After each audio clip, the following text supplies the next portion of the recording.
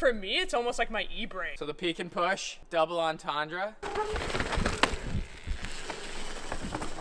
Commit or eat shit. Oh my god! Hey, it's Miranda here. Today we're gonna work on conquering the basics.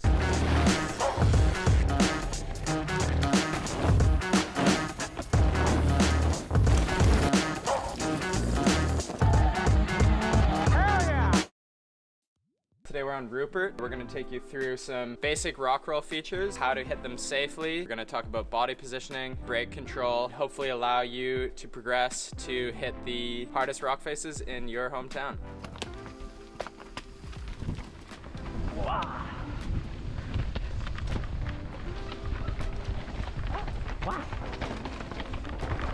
Just rolling through the beginning of Rupert to the first rock feature, which Remi is sanding. Perfectly smooth, long, but lots of bumps in it, and it gets steeper with more bumps, but you can tell that there's good traction on it. So the point that I would like to talk about right now is how you can utilize your body weight to also help you brake. You're not just solely relying on your actual brake, but the way you use your body position and your body weight. I feel like when people look at rock faces or like a steep section, they focus on just their brakes that are going to control their speed down the feature, where for me, it's almost like my e-brain. I can make sure that I'm really pushing down through my pedals and the rear of my bike so I have good contact. Whereas when you're lighter and you're kind of just like on top of your bike and you do a hard brake, that's when it's really easy to brake loose. So if you're up on your bike and you start braking, the forces are going to kind of be pushing your bike back and your body forward. So you're going to take pressure off of your rear wheel and it might start skidding around. It also maybe overloads your front wheel, which might push. So like Miranda's saying, she drops down, pushes her body into the ground. You can move your body position to really load your tires and help maximize your braking traction. So like if I'm rolling into something and I'm really not sure about it, I'm always have like a pretty dropped heel, squatted, and almost just trying to like push my bike into the ground. I feel more control and a better contact. I chose a piece of trail that I'm comfortable practicing on. This section is low consequence for me and it makes me feel comfortable to practice these techniques. I can then take it to a more challenging move, and that'll look a little bit different for everyone.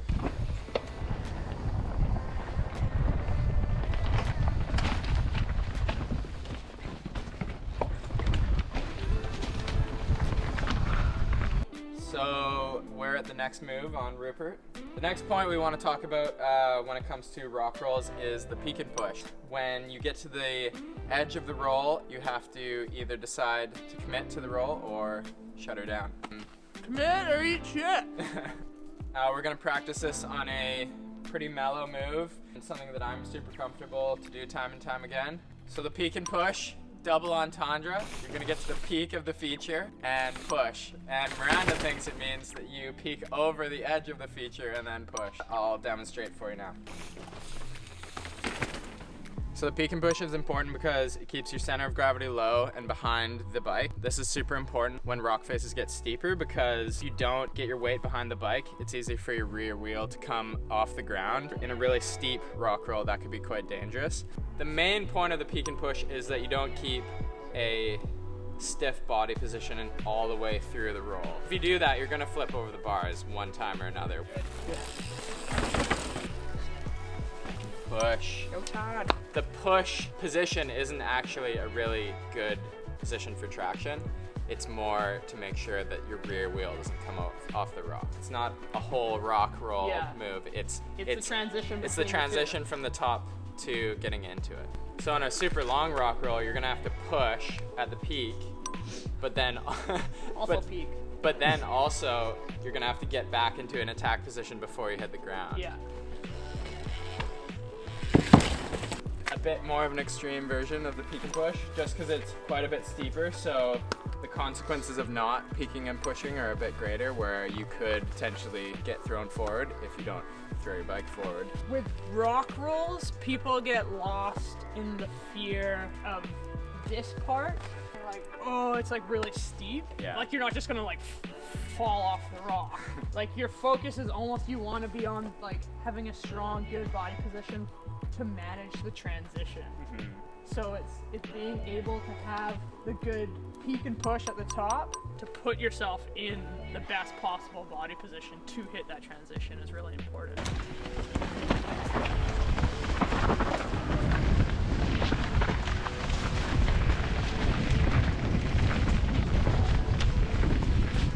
First time I'm talking. Today I wanted to talk about modulation on rock faces. Modulation is how much you're squeezing your brake. For most rock faces, or almost all of them, if they're getting longer in length, you really want to be able to control your speed and not pick up too much speed, and so it's really crucial that you go as slow as you can. A lot of times when you're braking the same amount throughout the whole rock face, there's some sort of jumble or root in the face, and what's going to happen is if you kind of hit your front wheel on something and you're braking the same amount, you're going to start going over the bars, and like that's okay if the rock is short, but as it gets longer, again, you want to be bracing for those things. You're going to want to let go of some brake pressure so that you can regain control, start braking again, keep yourself slowed down so you're not picking up too much speed at the end. So actually letting off your brakes is actually going to help you get back into control? Yeah. When you start to skid on a rock face, let's say, and you want to brake more because you think it's going to help you slow down, once you start skidding, your tire is actually just sliding down the rock, and it's not going to slow you down any more than if you let go of the brake a tiny bit, get your wheel to roll, and then again start braking and help yourself slow down on the rock face. So yeah, so skidding isn't stopping? Skidding is not going to slow you down on a rock face. Yeah. It'll keep you at maybe a steady pace. Until you're Something on happens. the side. Yes. Until you crash. Oh my god! Modulation is another trick to keep yourself in control down a rock face. So I'm grabbing the brakes almost as much as I can. Then I start skidding, letting go over these cracks, and trying to keep it in control. Yeah, pretty hard though.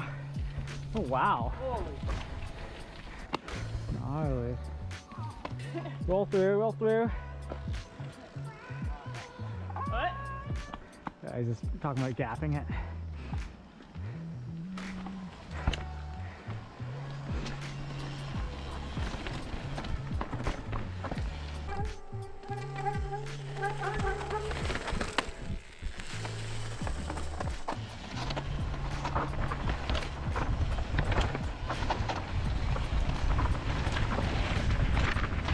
So get out there and practice the techniques that we've talked about today, and in the future we'll make a video on how to take those techniques and apply them to even more advanced features.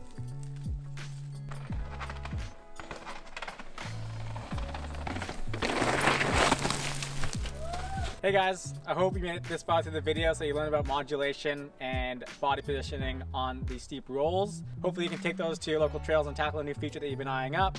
You can also just practice those on more mellow features on the trail and really become masters of those, and then you will eventually build confidence to take them farther. If you like what you've seen today, make sure you like this video, subscribe to our channel, and comment below. But seriously, if there's anything you want to learn or you want to see us do in the future, just let us know and we'd be happy to take it on.